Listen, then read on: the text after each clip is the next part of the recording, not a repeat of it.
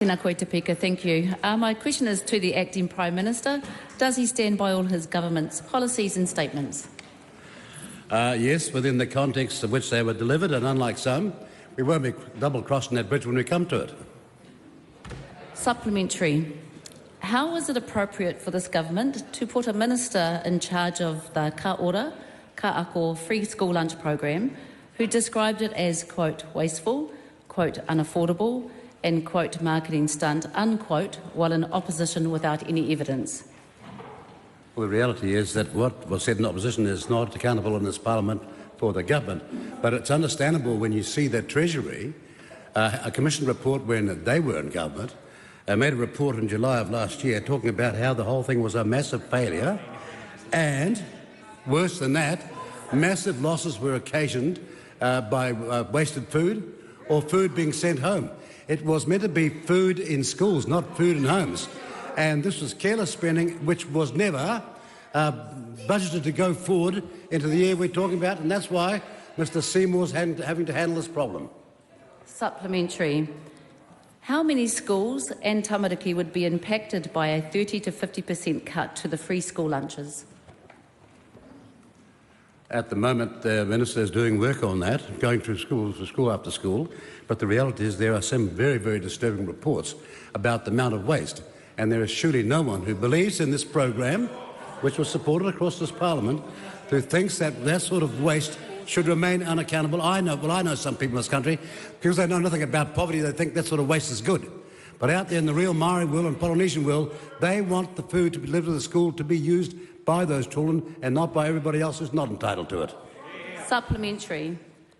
Which schools or kura have been consulted regarding potential cuts to the free lunches program? Well, the reality is the government has put its program out there. It's been gone public on it. It's working its way through it. But it is the result of a July 2023 evaluation that came from Treasury to that government, about which they did precisely nothing. Supplementary. Does he believe that hunger impacts a child's ability to learn? And if so, will he commit to preserving the school lunch program, given that poverty is not a choice for tamariki? The reality is that some people have a memory. They'll realise that for decades and decades and decades, free lunches have been available at school, made by the local community, usually by the senior, not being chauvinist here, but made by the senior girls. Could they be trusted? Many of us remember it, Maori Women's Welfare League, all involved.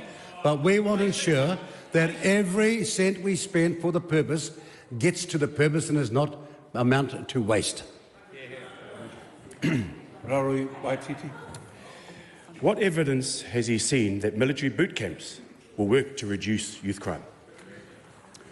The evidence is to be found in a very insightful piece of work that began in 2017 with the Limited Services Volunteers, which was so successful under Ron Mark and an enlightened Minister of Defence at the time.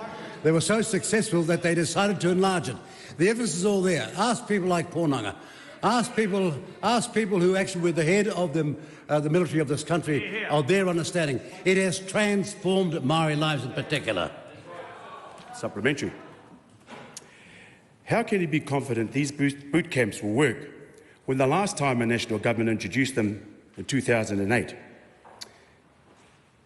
85 to 87% of those in the program went on to reoffending within 2 years?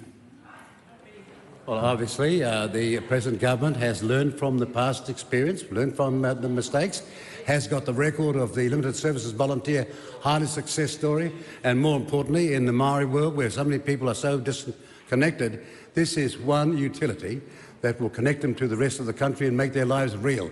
We believe, as Pōnanga and all those great Maori leaders believed, that the military can transform and change people's lives and make them law-abiding at the same time. Like Palestine.